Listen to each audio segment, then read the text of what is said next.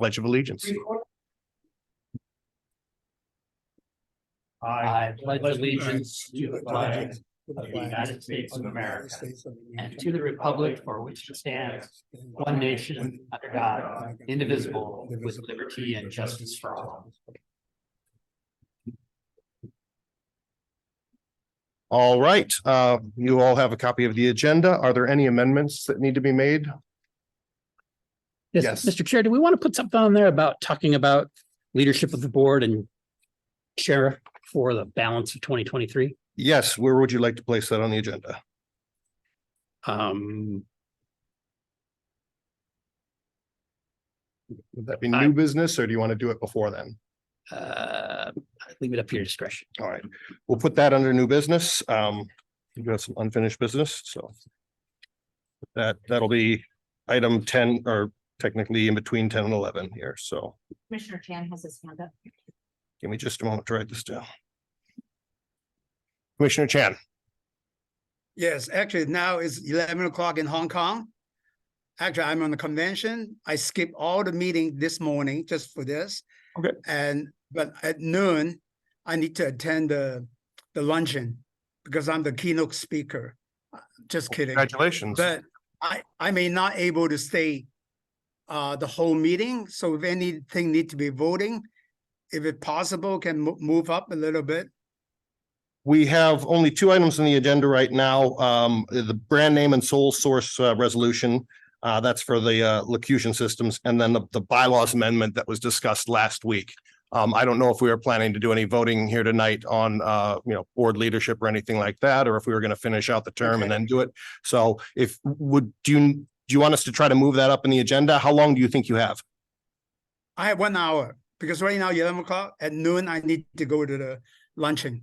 All right. Well, we'll try to get to it as quickly as possible. I think we should be able to do that. Maybe after public comment. That's fine. I appreciate it giving me accommodation. Thank you. All right. So with that, do we have a motion to approve the agenda? Oh, sorry. We did not put, I know we talked about the last meeting to have Edmonds on the next 3 meetings for discussion. Edmonds is not on here. Staff's not ready to give a presentation on Edmonds. I didn't remember that last time, so I wanted to say staff, we forgot when we did the agenda planning. Staff doesn't have anything specifically for Edmonds at this time, but we did say we were going to have it on the agenda to discuss. Staff doesn't have anything for the board tonight, but I know we said we were going to do it. So if the board wants to have any discussion on Edmonds, that was a error on my part for not reminding us to put it on the agenda. So Chair, I just wanted to let you know that. All right. Is there a motion to approve the agenda? So moved. All right. It's been moved and seconded. All in favor of approving the agenda, say aye. Aye. All opposed, nay. All right, the ayes have it. We are going to start off tonight then with the swearing in of the newly elected commissioners. This would be myself, Commissioner Fernerhoff, and our new commissioner, Ed Wittes. So I think we're going to do this in 2 parts. Commissioner Kenny, I believe you're going to do the swearing in of Commissioner Wittes. Yes, we'll start with that. Yeah, we'll start with that. Just gonna do it right here. All right. Commissioner Wittes, please raise your right hand and repeat after me. I, Edward C. Wittes. I, Edward C. Wittes, Do solemnly swear do solemnly swear that I will support the Constitution that I will support the Constitution and laws of the United States and laws of the United States and the Constitution and the Constitution and laws and laws of the state of Washington, of the state of Washington, and that I will faithfully and I will faithfully and impartially and impartially perform perform and discharge and discharge the duties of the office the duties of the office of South Snohomish County Fire and Rescue, RFA, of South Snohomish County Fire and Rescue, RFA, Commissioner at Large, Position 6, Commissioner at Large, Position 6, for a 4-year term, for a 4-year term, according to the law, to the best of my ability. according to law to the best of my ability. Congratulations to Commissioner West.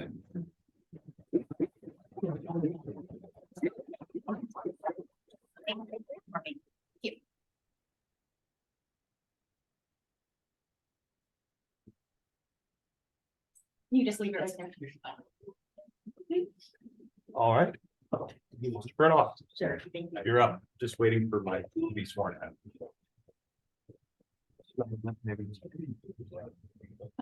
I'm sorry.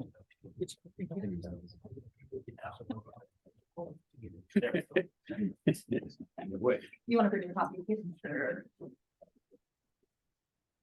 All right. Do that, yeah.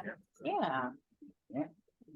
Thank you for raising your right hand and please repeat after me. I, and state your name, I, Mike Bernhoff, do solemnly swear do solemnly swear that I will support the Constitution and laws of the United States that I will support the Constitution and laws of the United States, and the Constitution and laws of the state of Washington Constitution and state, say that again, and the Constitution and laws of the state of the Washington, Constitution and laws of the state of Washington, and that I will faithfully and impartially and that I will faithfully and impartially perform and discharge the duties perform and discharge the duties of the office of of the office of South Snohomish County Fire and Rescue, South Snohomish County Fire and Rescue, RFA Commissioner District Two, RFA Fire Commissioner District Two, for a 6-year term for a 6-year term, according to law to the best of my ability. according to the law, to the best of my ability. Congratulations, Commissioner. Bernhoff. Thank you very much.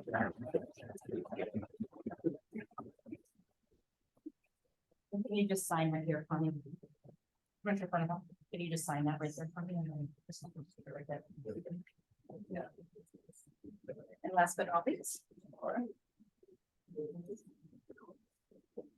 Please raise your right hand and repeat after me. I I, state your name. Micah Rowland, Do solemnly swear do solemnly swear that I will support the Constitution that I will support the Constitution and laws of the United States and laws of the United States and the Constitution and laws and the Constitution and laws of the state of of Washington, the state of Washington, and that I will faithfully and impartially and that I will faithfully and impartially perform and discharge the duties perform and discharge the duties of this office of of the office of South Snohomish County Fire and Rescue, South Snohomish County Fire and Rescue, RFA, RFA, Commissioner District 4, Commissioner District 4, for a 6-year term for a 6-year term, according to law to the best of my ability. according to law to the best of my ability. Congratulations, Commissioner Michael Rowland.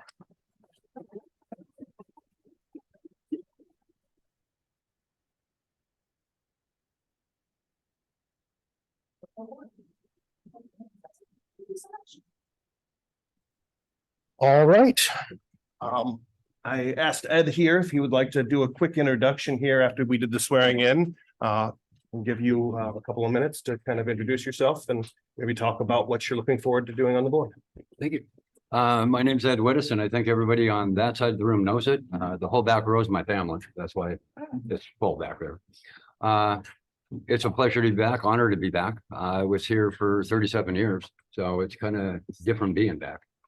I put it on Jim to swear me in because 19 years ago, he swore me in as fire chief, and I thought that was fitting.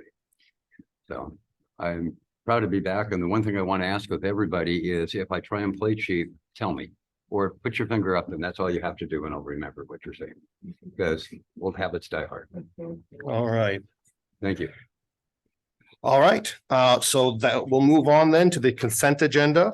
The first item on the consent agenda is the payroll summary and authorization for November 2023. And the second item, the claims vouchers totaling $748,118.49. Is there any discussion, any questions? All right, then we'll move to a vote. All those in favor of Do we need a motion? oh, please. Second. All right, we have a motion and a second. So all those in favor of passing the consent agenda, say aye. Aye. Aye. Aye. All those opposed? The motion passes. All right. Moving on to public comment. Are there any online? I don't have my computer or in attendance that would like to talk in public comment. We do have one, Mr. Willie Russell. All right, you'll have 3 minutes.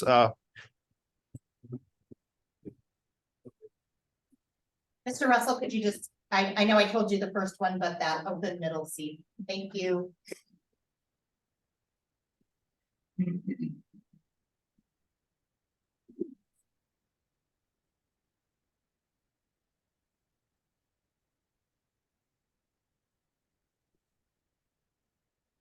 There you go.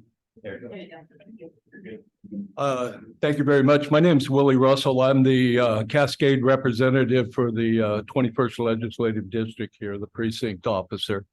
Yeah, we're in this area right now. I have been for the past 6 years. I've been instructed by the people in our community, and we're 8,000 strong, and we have about 4,000 that vote regularly in our meetings, to let this fire district know that Micah Rowland does not represent this precinct. This man has used his position in the past to go after elected officials and other members of the Democratic Party. Here he is going after Ronald Eakins in 2016.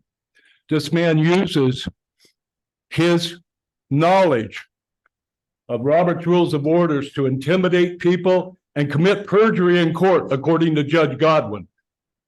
Here's the transcript. We'll move on, just so you know, he does not represent us. Secondly, somebody from this fire district authorized your attorneys to send me 2.5 years ago a restraining order off of public property. I've never been on your property. In order to be restrained from public property, you have to commit a crime. I've never been on your property. I'm coming on it every time I want to, because I've never done anything wrong on it. Somebody needs to contact your attorney immediately. I'm in the Christmas mood now because my wife has asked me to be. Come January, we file federal charges. This is official oppression. I am an elected official. I am being oppressed of my constitutional rights to represent the people who elected me. Pay real close attention to the federal law on that, folks. I like the fire department. I don't like the lies you've been told. Micah Rowland and Susan Payne, an elected official in Edmonds, has put in documents that I've been convicted of 50 felonies. That we've got the document. Wrote it in court. That's a lie.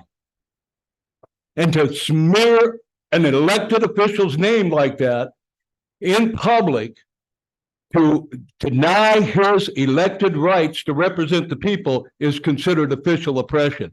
Understand, we live in this community and we represent it, and we expect you folks to represent us and serve all of us.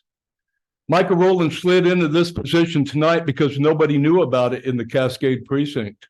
We weren't told by the Democratic Party. We weren't told by the Republican Party. He got appointed originally, and then they just snuck him in the back door. There was nobody running against him. Well, there's 2 people of color in this precinct that would have and are qualified to be in this position. I don't see a person of color in this room. I'm a little disappointed. We live in the most heavily populated. That's your time. Thank you very much, folks. I appreciate your time. All right. Is there any further public comment? Oh, real quickly, somebody needs to get a hold of Davis and rescind this trespass order quickly. Thank you. Commissioner Chan, you have your hand up. You're muted, sir. Yeah, I just since I may not be staying to the commission comments. I just attending a convention here. I wish Sean Maxwell will be here. It's amazing that what they're doing in this whole Asia on the healthcare situation, and they are trying to develop. Basically, people can scan your blood pressure, whatever it is, and the whole thing. They can't holistically. Then they're going to have AI to decide it, which a department you need to go to the diabetes or whatever, different arranging that. They were copying the same formula as Expedia. That means we travel, they take care of your hotel, take care of airplane, take care of rental car and everything else. Is amazing. I'm trying to write down as much as possible, but when I get back, I will give you a brief report on that. So that's amazing, because they have 1 billion people in China. So the aging is a serious problem for serious challenge for them. So there's a lot to learn from here. So All right. that's it. Thank you. We'll bring us back whatever notes you have. Yeah. All right. With that, we will close public comment and we will move on to the fire chief's report. Good evening, Chair Rowland and the rest of the board, the public and staff. I'll be brief. If you go to the next slide, please. I don't know if you guys know MSO Stadler. He has taken a position with Tualatin Bay Fire as a result of them taking over Cucita Village as a battalion chief for them. Josh joined our department in 2007. We sent him to paramedic school. He graduated in 2009. In 2016, he was promoted to the role of medical services officer. And he has had an unbelievable impact on not just the organization, but the citizens we serve. And there's all, if you talk to anybody in the organization, you'll hear a story about Josh and hear about the things he's done. Prior to Josh joining South County, he was actually in the U.S. Air Force. And then was with the city of Stanwood as a firefighter before he came to us. I'm grateful for his service to this organization and the citizens we serve. And knowing where District 15 is going, and what their future looks like in protecting Cucita Village. They couldn't have picked a better guy to lead a battalion, and quite frankly, our loss is their gain. I know it wasn't a very easy decision for Josh to make. I do, and I'll say this, I think it was the right decision. It's a huge opportunity. He's up for the challenge, and to be honest with you, there's part of South County Fire now up at Tualatin Bay Fire, District 15, and we should all be proud of that. So I wanted to let you know, we don't lose many folks. And usually we're the ones that go find firefighters and paramedics from other agencies and bring them into ours. This is one of the unique times where one of our true assets was given an opportunity, and I think South County had something to do with that. We allowed Josh to go be who Josh is, didn't hold him back. And I'm gonna say this, we're good at what we do. We allow our people to be good at what we do. And sometimes as a result of that, they shine, and they get afforded opportunities other places. And Josh, he's still in the county. He's still part of the family, but he's wearing a different uniform today up at Tualatin Bay Fire District 15. So I wanted to let you know that happened. Next slide, please. With the holiday season, the tree lightings, and I wasn't able to attend them, but I know we had commissioners at them, and I know Commissioner Farnoff was there. I know Commissioner Roland was there. I don't know who else was there, so if I missed somebody, I apologize. AR-15, volunteer support team, community outreach team, along with commissioners, delivered Santa Claus to the tree lighting events in Mall Lake Terrace, Mill Creek, and Briar. I guess Leslie, do you got anything to say? I know they're fun events. I know the citizens appreciate us doing this. And I guess I'll say I was at Briar last year, and they do like seeing us there. And so if you as a commissioner have never participated in one of those, I guess next year I would highly recommend you pick one of them, because they are awesome events, and to watch what the men and women in the organization do, our volunteer support group, the volunteer firefighter support group, what our public educators do. I guarantee it'll make you smile. And the other thing is you get to hear from citizens about how they actually do appreciate the work that you do, that staff does, and the folks responding on calls do. So if you get an opportunity, I highly recommend it. It'll make you smile. And there are really good events. Next slide, please. Yesterday, we had a fire in Briar. And once again, our firefighters do amazing work. This fire started in the garage. The fire came in at about 1:30. I think they had the fire under control within minutes. I actually responded to this at the time of the call.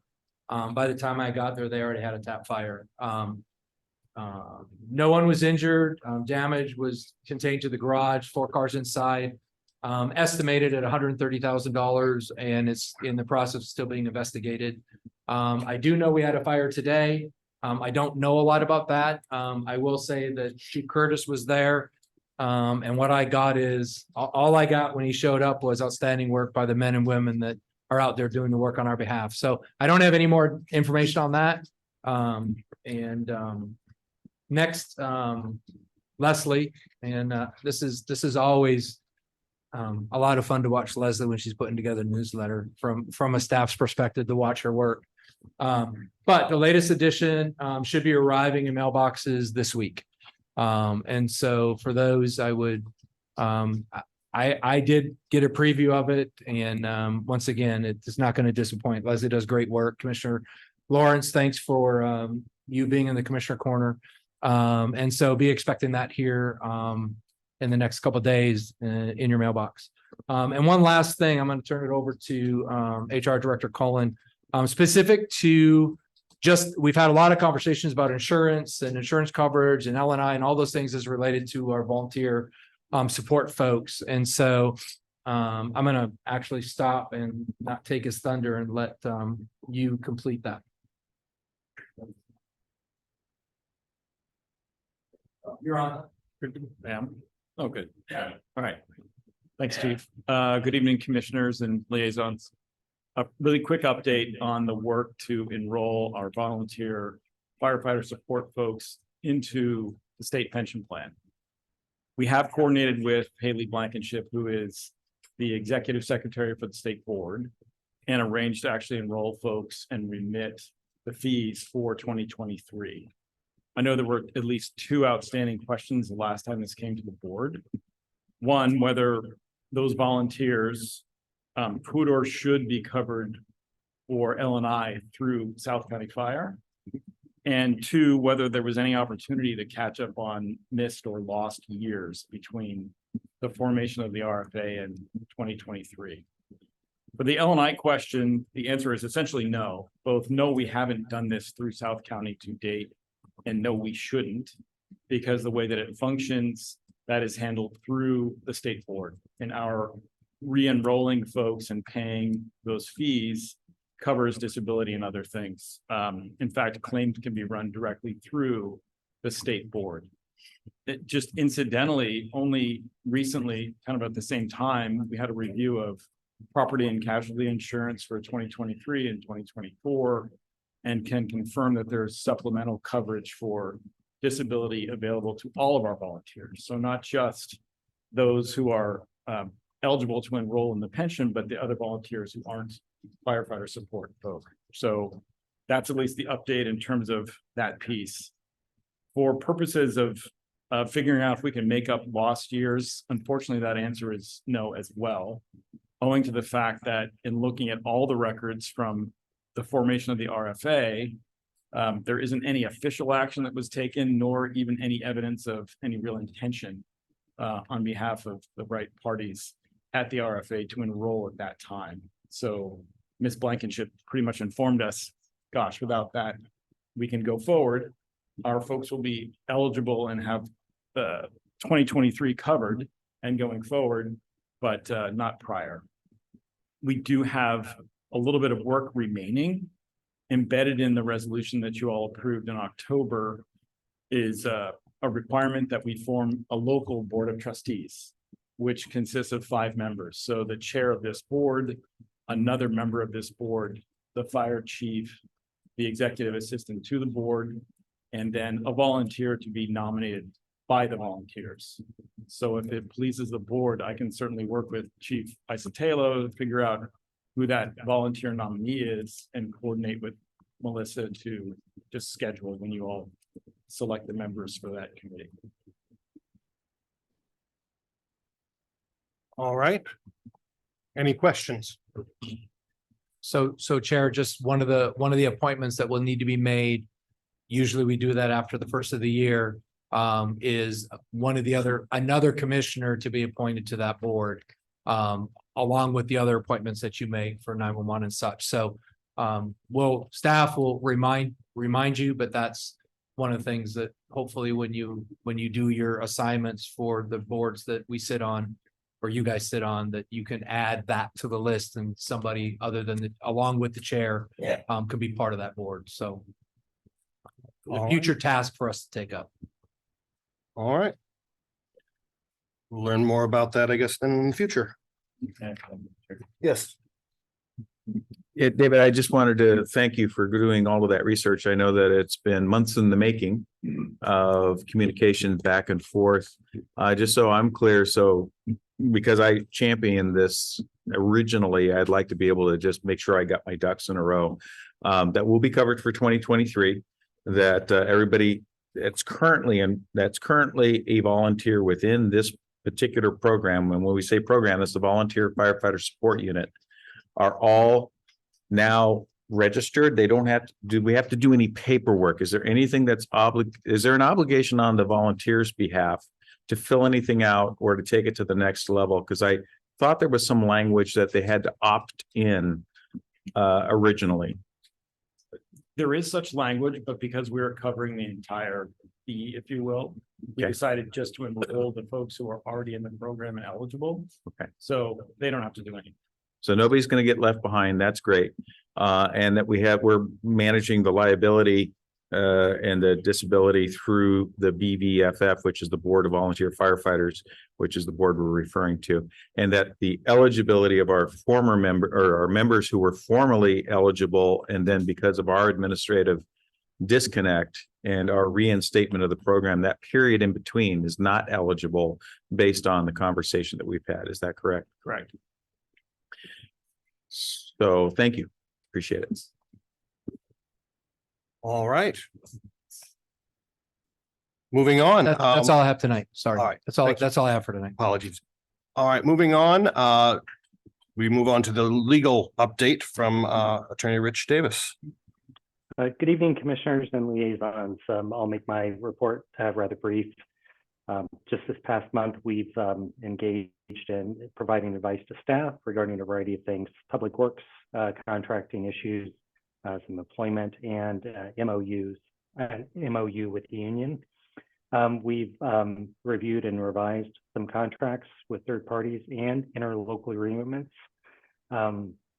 We provided some advice on PFAS, the chemical that's in some firefighter uniforms, and attended a deposition in a case that was unrelated to anything that South County Fire is involved in. The only other thing that I had was there hasn't been a whole lot of interesting cases that have been decided, but one that was decided last month involved public records case, and it's an unreported case, but still can be precedential. It involves San Juan County. That what they did in that case, they received a public records request for attorney invoices for a case that was currently active. And a few years ago, the legislature made an amendment to the Public Records Act that says that you cannot withhold attorney invoices in their entirety. There had been kind of a practice of that, that, you know, if a request is made for invoices, well, the whole thing is privileged. And so we redact and don't produce the whole thing. Well, the legislature came along and said, no, you can't do that any longer. But you still can, and the court affirmed this, that you still can redact the section that applies, that contains the attorney's thoughts or mental impressions, legal advice, anything like that. So in the San Juan County case, they redacted the entirety of the description, left the billing amount, so you could see the invoice, the date, and the amount that was charged. But the entirety of the description that the attorney did was redacted, and the court found that that was appropriate in that case, and largely because it was constituted a record that was relevant to a controversy that the agency was party to at that point in time. So again, just another reassuring case, and one of those where the agency actually came out ahead. That's all I have for this month's legal report. If there's any questions, happy to answer. All right. Thank you very much. Are there any questions for our legal counsel? All right, moving on. Union report from Zach Cash, I believe are you representing the union tonight? I am. Good All right. evening. Good evening to everybody, and it's nice to be with you. Happy holidays. It's a pretty short message tonight from the union. I would just want to welcome Commissioner Wittes to the mix and also congratulate our two returning commissioners. We look forward to working with everybody, of course. It was a pretty busy political season for me as the political director for the local. We endorsed about 20 candidates, and so we were involved at some level, most of those local folks. So I'm glad it's over, and I'm glad we get to move into this new into this new holiday season. So for those who may not know, President Moore is back with us from his leave, and we're glad he's back. I did want to say congrats as well to MSO Josh Stadler. He is kind of the embodiment, I would say, of our institutional, our values. I had the chance to work with him on A shift over 4 years after we merged D1 and Linwood and became the RFA, and he was my MSO, and I can just attest to the high integrity that he has. And yeah, definitely, like Chief said, Tulip Bay's gain is our loss, but just wishing the best of luck. And I do just want to make a quick comment on the Prime Alert business tonight. I'm excited to see that on your radar, because it is something that, you know, we've been waiting for. I know the firefighters have been hoping for this technology for a long time, and that we've got a lot of multi-company crews more than ever, and probably going to continue that trend. And that for their health and safety, it would be great to have this technology to be able to split the tones between rigs, so that everyone doesn't have to get up for everybody's calls.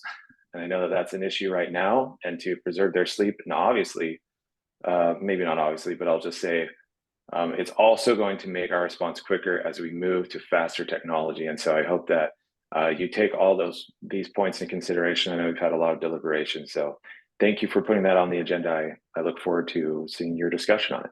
And I think that's everything from me. Thanks. All right. That brings us to our unfinished business. Item A, this is the brand name and sole source resolution number 1205-2023-32 for action. I believe Deputy Chief Curtis is going to be giving this one, along with Purchasing Manager Shane Jensen. Take it away. So if you don't mind, just a quick background on locution. For folks, it's a station alerting. It is important, and we've been talking about it for many years in this organization. Currently, we're alerted via radio. It's old technology. We use the Nighthawk system, and we call it PageGate. So it's done by cap codes. And it is old technology that's not being supported anymore.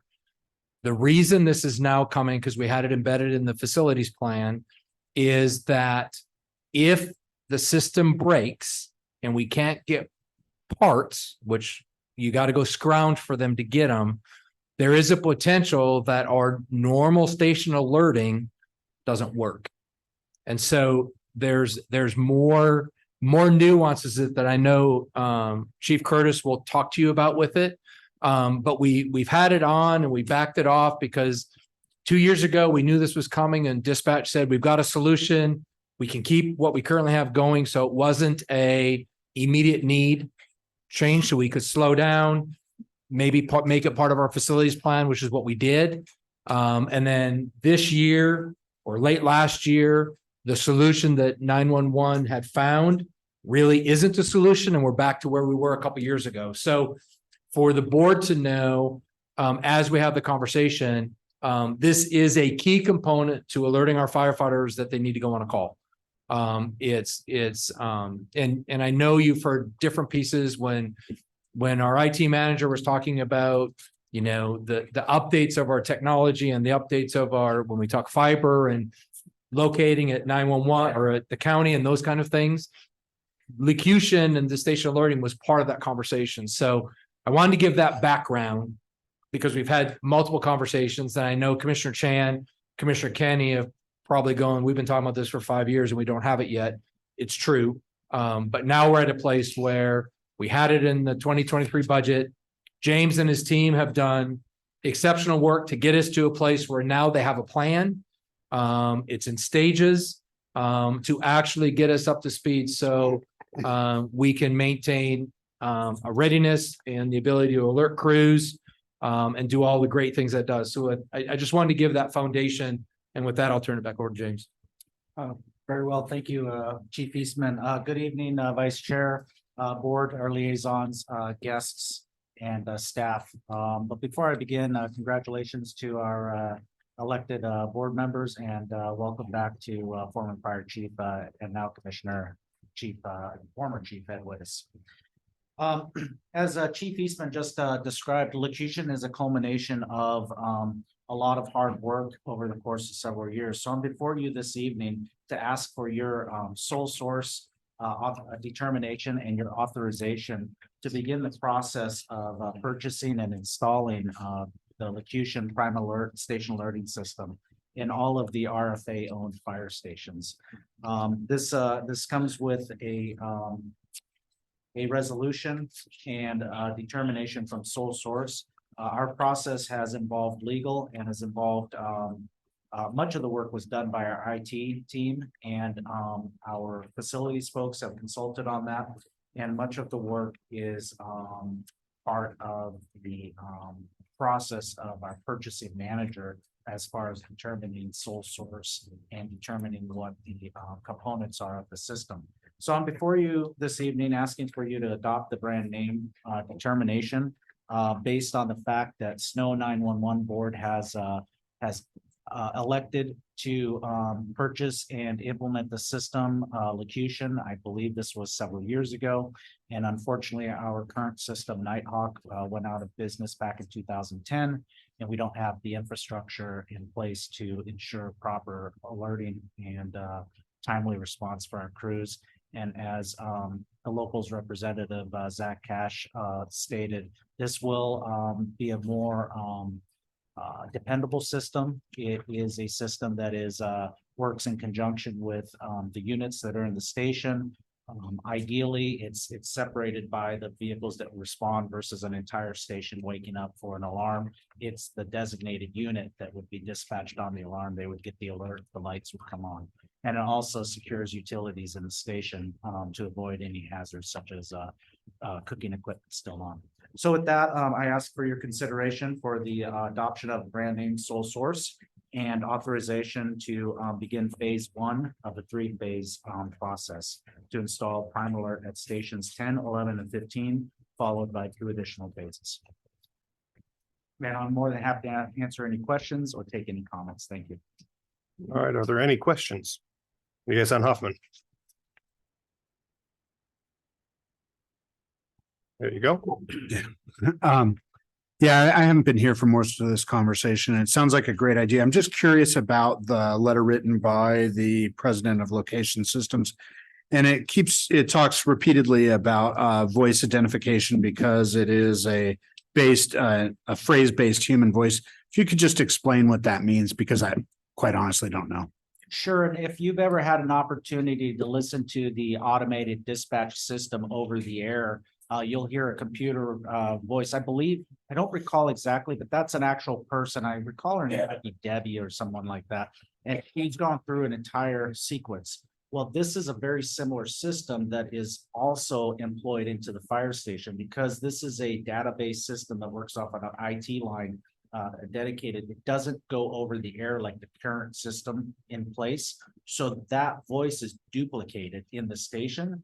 So you'll actually hear a female voice that comes over the air in an automated fashion that is unique to South County Fire. We may have streets that are not recognized. For example, Bedoin Way might be mispronounced. Well, we will be able to work with locution team and dial that in a little closer. So that's what they're referring to as far as voice automation. That's a little more subtle than alarm bells going off, and it's they've gone through their research stages and come up with that solution, and it's employed throughout the nation in many agencies.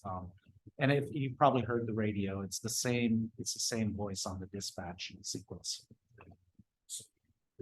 So if I'm understanding you correctly, somebody will be designated as the speaker and they'll go off a script and repeat every single street name in Snohomish County, essentially, or in the RFA, and then that's what'll get quite honestly transmitted out. Yes, sir. And quite honestly, much of that's already in their database per se. Yeah. All right.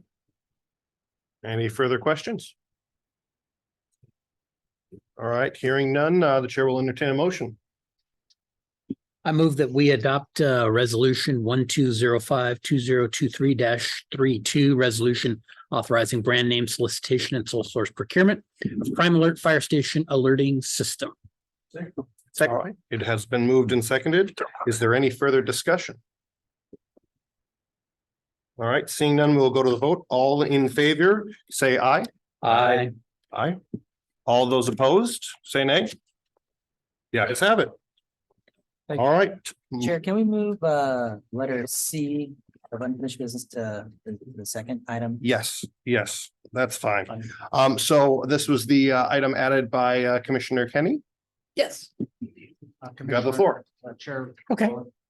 Oh, It just came to my attention, we may need to authorize funding in addition to the sole source determination, sir. It's not free. I hope we said elocution enough times that there's free advertising or something, but no, I believe this might have to be a two-step process, and I apologize if I'm a little naive to the appropriate steps. But I believe we just approved sole source, and we may have to do the authorization for the purchase of the equipment under the quote for Prime One. So to add a little bit to that, CFO Bothwell recommended that we, for locution itself, we had in the budget 1.5 million. We think that the stuff for locution for the RFA owned stations is 1.25 million. We're going to do it at 3 phases. It could be an additional phase. And what CFO Bothwell wanted is to get the authorization for the 1.25 million. And then we're going to do phase 1. And then my understanding, and correct me if I'm wrong, James, is that when we got to the next phase, we just keep you in the loop. Phase 1, and you see the dollars and cents for phase 1 is what we're going to do first. Then we'll tell you we're implementing phase 2. It's a cost of this, and then phase 3. But CFO Bothwell, rather than come to you 3 different times for their authorization for the expenditure, to do the authorization once, and then just let you know we're doing it in 3 phases. And so I'll offer that because I know Chris is out of town, and make sure I'm right, James. And I'd like to add on to that, this is for the RFA owned fire stations. So in the future, if additional city were to reverse annex into the RFA, we would then include that into a 4th phase. But we do not anticipate having to ask for more funding for that. We believe that the 1.5 million will cover that additional at the time. Budgeted appropriately on the front side. all right. So what exactly is the motion that you need to get the funds going? Sorry, to authorize the 1.25 million. 1.25? 1.5 million for locution. So if I make a motion to authorize the expenditure of $1.5 million for a locution system, that will get the job done? Yes, sir. I so move. All right, it has been moved, seconded. Any further discussion? All those in favor of the motion, say aye. Aye. Aye. All those opposed? Oh, before I gavel this one in, Rich Davis has raised his hand. Thanks. Commissioners, I believe we also need to execute or to authorize the resolution which authorizes the brand name solicitation. I don't believe that was in Commissioner Kinney's motion. We did that. He read verbatim the recommended in the action. motion? Okay. Yes. I wanted to make sure. Thank you. All right. Back to the play. Vote. The vote passes. Thank you. Thank you. Wanted to make sure I didn't gavel that in before legal had its chance to derail everything. Thank you, board, and I apologize on the confusion there. That's No worries. No worries. All right. So we have getting back to the leadership discussion you wanted to have. Commissioner Kenny, you have the floor. Yes, well, we have a absence in the position of chair, so usually in the past, we fill that at the next meeting where there is an absence, so it wasn't on the agenda, and I thought we should talk about it and figure out what do we want to do, because there's, multiple options as we come to the end of the year. And January, we'd normally select a new chair, so. Question? Yeah, go ahead. Yeah, how do I need like to make a motion to nominate or just nominate someone? Well, we can do anything. I just want to be sure we talked about it. Oh, yeah. Yeah, I guess the first question is do we want to do it now and in January? Do we want to do it now and have it apply just in next Now year? and in January. So two separate ones, that's Or- fine, or we can continue with the bylaws as it is. I would just sit in the position of chair and then we would do it in January. Those are our options. So I just want to let you know, what were you thinking? Well, our bylaws would require us to do it afresh at our first meeting in January or at the start of January, because there's also the appointment of the chair would at least generally help to, I know our bylaws have changed from last time, but what helped to facilitate sorting out the selection of commissioners for committees and that type of thing. So just kind of the organizational work of the board still needs to be done at the start of the year. So that isn't going to change. Well, my It's understanding. really about this it's really about December. Understood. Yeah, my understanding is that the bylaws, as long as the majority votes to, if we need to do an ad hoc change, given the odd circumstances, we can do that. The bylaws, just a majority vote would overrule the bylaws. So if we want to do it now and not have to do another vote, we can still do all of the rest of the things. We can do it just now and not have two different debates and it's up to you guys. Commissioner Chan. Oh, you're muted, sir.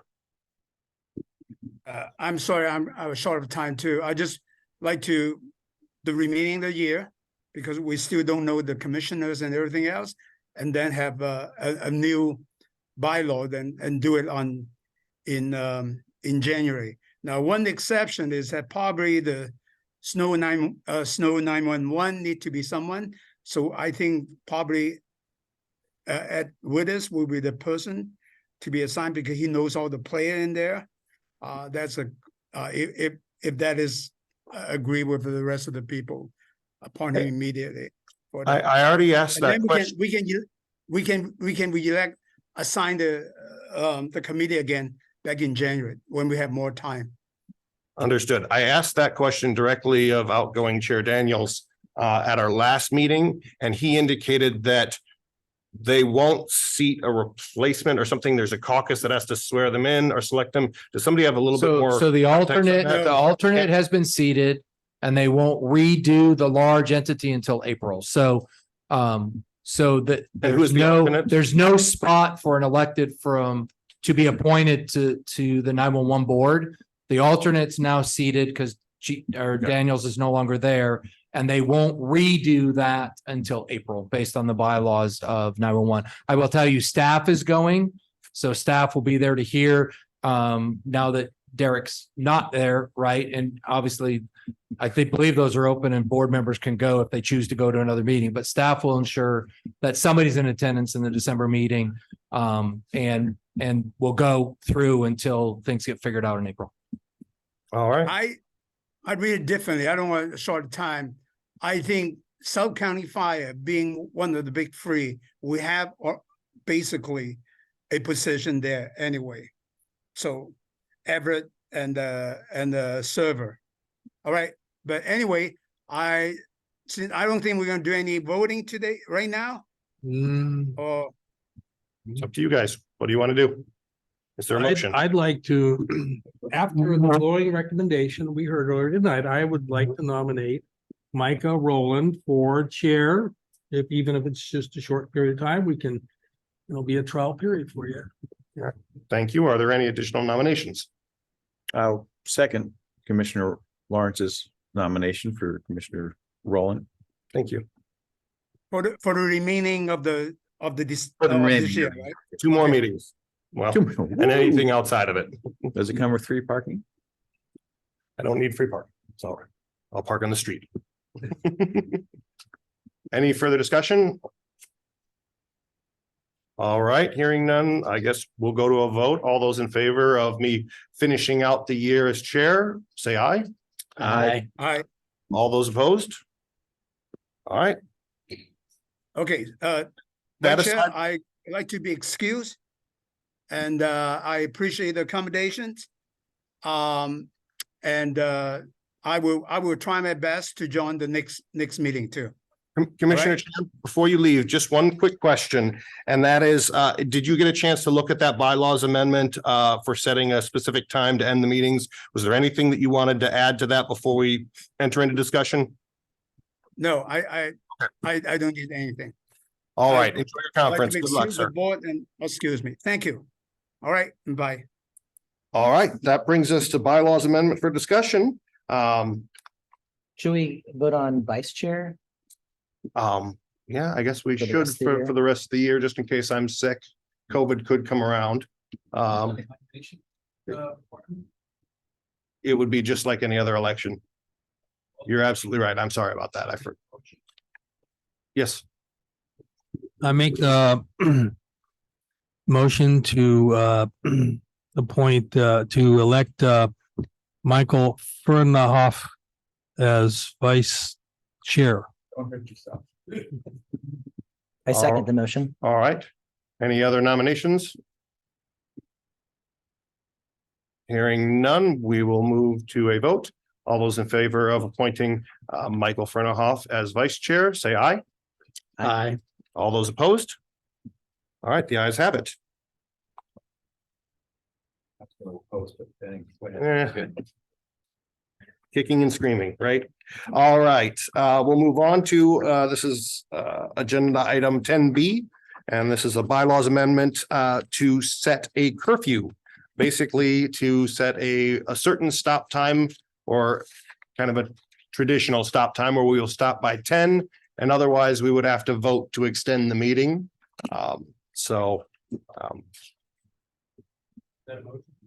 No, I'm not making the motion. I'm just bringing it up to the floor. Yes.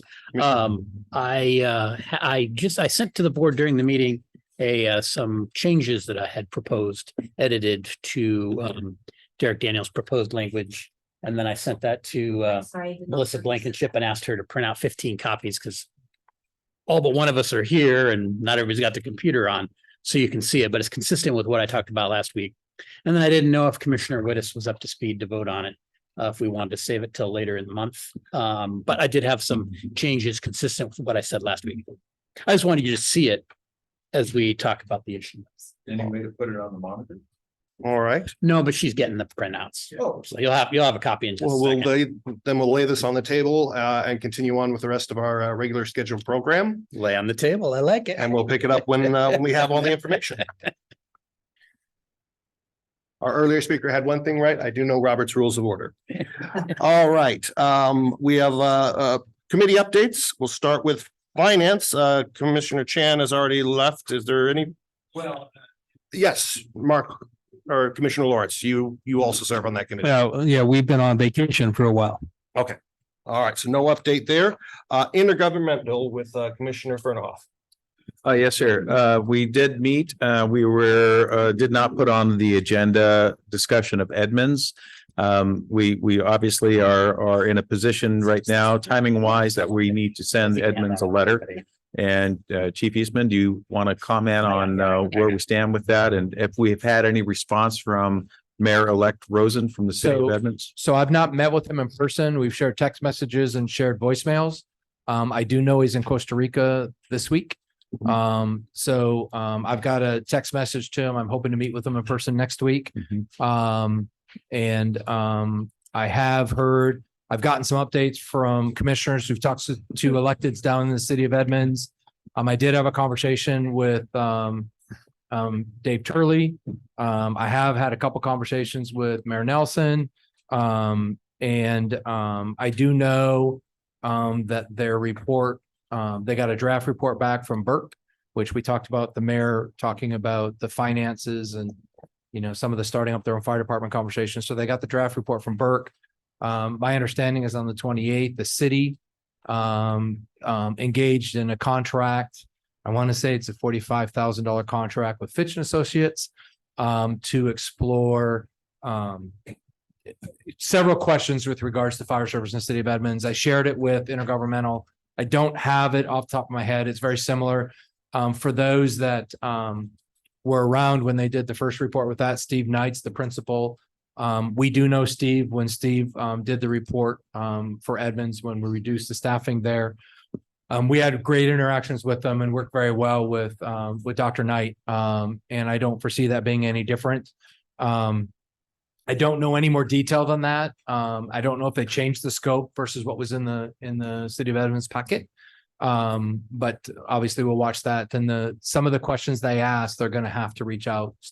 Dr. Knight's going to have to reach out to myself and some of the staff here to get the information they need to do the work. So the simple response data stuff, and they look at the funding options and the options to, alternate options, stay in a contract, what the other options are. I can tell you Burke looked at current costs. They looked at costs if they maintain their own, looked at costs if they stayed under contract, looked at cost if they annexed in, and what does that mean?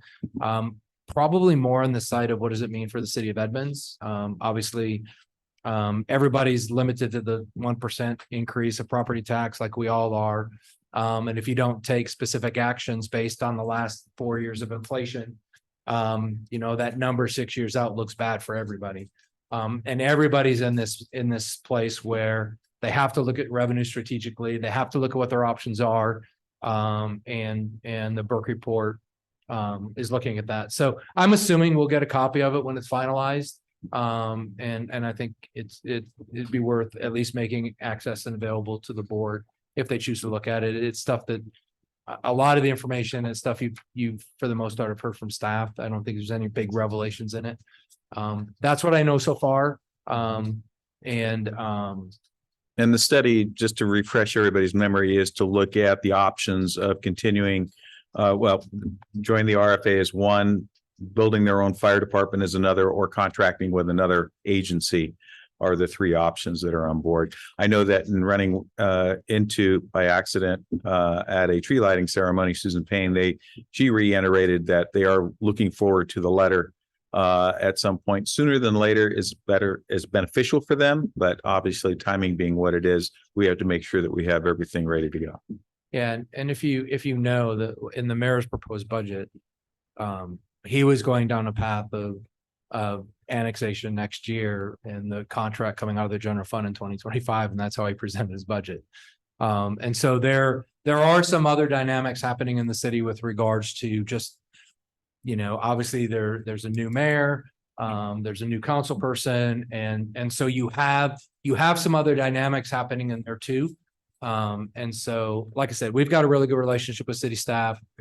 We've got a good relationship with several of the electeds, and looking forward to getting to know, Mayor-elect Rowland and the new city council person, and looking forward to the dialogue and conversation as we move forward. So I will say staff will be prepared. You will see an end of this discussion on the agenda for the work session. We do have, not to steal your thunder, Commissioner Farnow, but we do have intergovernmental scheduled for, I want to say 3:00 on Thursday.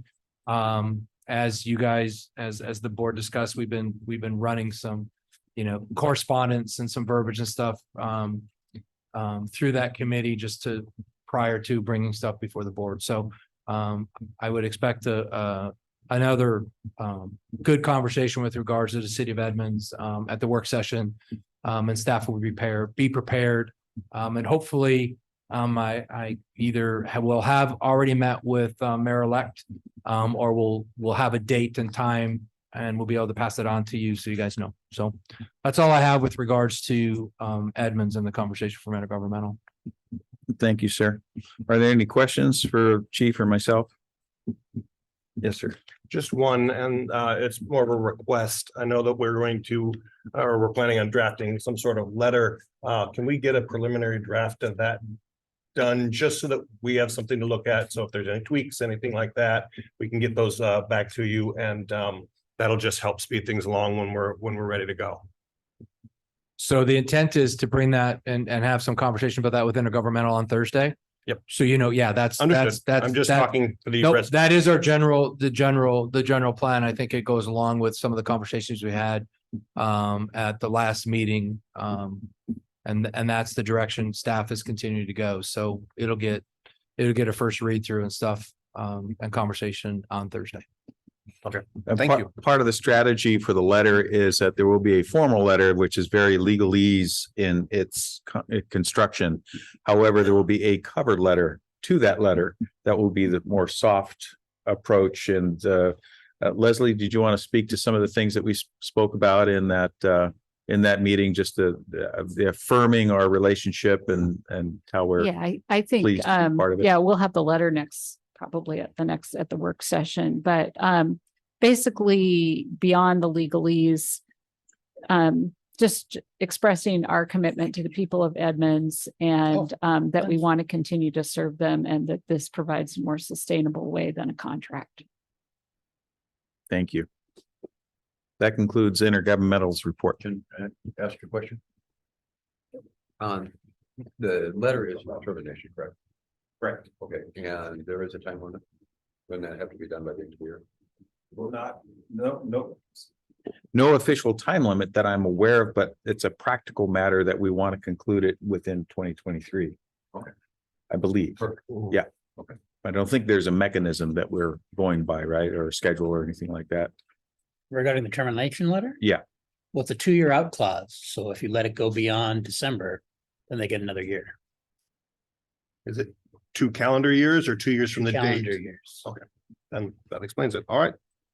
But if it waits till January, then it goes a whole nother year. Okay. Thank you, Commissioner Kenny. Appreciate that. All right. We will go back to our bylaws amendment now, pick that up from the table. We have language in front of us here. Those are the edits that I remember. I'm just going to read it out loud for the record here. Board meeting shall adjourn no later than 10 p.m. on the day initiated unless adjournment is extended by a majority vote of the board. And then I passed around my proposed edits. You can see there. Well, I included Derek's language and then I add my language after that. That's what I just read was the Jim's edited language. Did you? I thought you read his. Oh, okay. Yeah, that second one there is mine. And I just think that clarifies the issue of the day of, so we can leave later than 10 p.m. if we want to. and I did check the bylaws and I think that language at the end, majority vote of the board, that does stand for majority of whoever's present. If the board is meeting, i.e. the board can meet with 4 members. If 4 members are present, it only takes 3 votes to do that. It doesn't take 4, it takes 3. Otherwise, if the board has all the members here, 7, it would take 4 votes to do that. So just so that, majority of whoever's, in my opinion, majority of whoever's here can do business. All right. Commissioner Lawrence. Yeah, I definitely like Jim's version. It's takes out any judgment call on like a good cause. I mean, that's pretty, like, you got to make a judgment. This is pretty straightforward, simple. I recommend we adopt Jim's version. All right. Commissioner Kenny, excuse me. Quick question for our attorney, since he's on the line here. As a practical matter, a bylaw requiring us to adjourn at a specific time, we still have to do a formal adjournment, I guess, vote or motion, or it's not really a motion, but it's not like if we don't get the vote done by 10 p.m., we all turn into pumpkins. Right. I think you would vote to adjourn if you weren't finished with your business. Gotcha. That's what the bylaw would require you to do. We would need to vote to adjourn as opposed to just adjourning with unanimous consent. All right. So, all right. So there's a motion. Well, I don't know if there's a motion. Was there a motion? I will make a motion to adopt Commissioner Kenny's version. Well, I'll have to second that. All right. There's no further discussion. We'll move to a vote. All those in favor of amending the bylaws to adopt this language. I don't see the section number where it goes, or if there's a formal. It's Article 5, Section 1D. So all those in favor, say aye. Aye. All those opposed? The ayes have it. All right. That brings us to our commissioner comments. Is there any commissioners that would like to speak?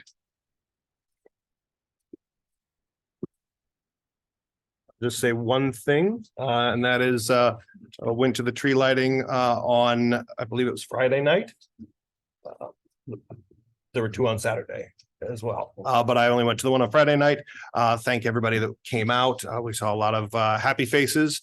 The tree, lit up and then a downpour ensued. So it was just little sprinkle beforehand, so it held off long enough. If it had been a little bit colder, it would have been beautiful, but not this year. Can I write coattails on that for just a second? I really want to, at least on the downpour that we had and Mott Lake Terrace, we had a real trooper with us who was probably slightly underdressed and still provided extraordinary leadership under combat conditions. Thank you, Chief Curtis, for being there and supporting our team. Appreciate it.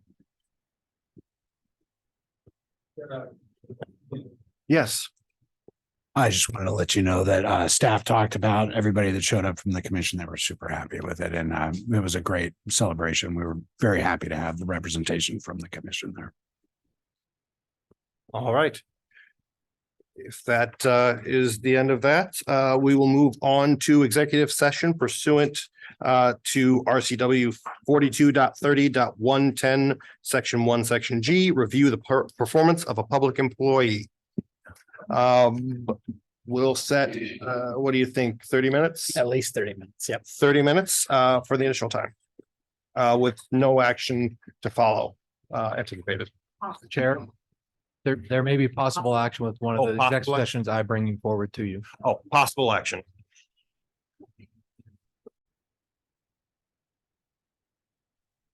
Executive session has been extended by 15 minutes.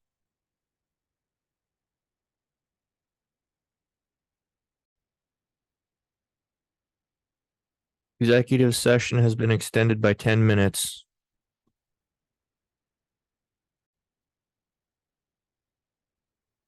Executive session has been extended by 30 minutes. I have to adjourn the meeting. The meeting resumed at 9:35 and without objection was adjourned. That mean we have to leave?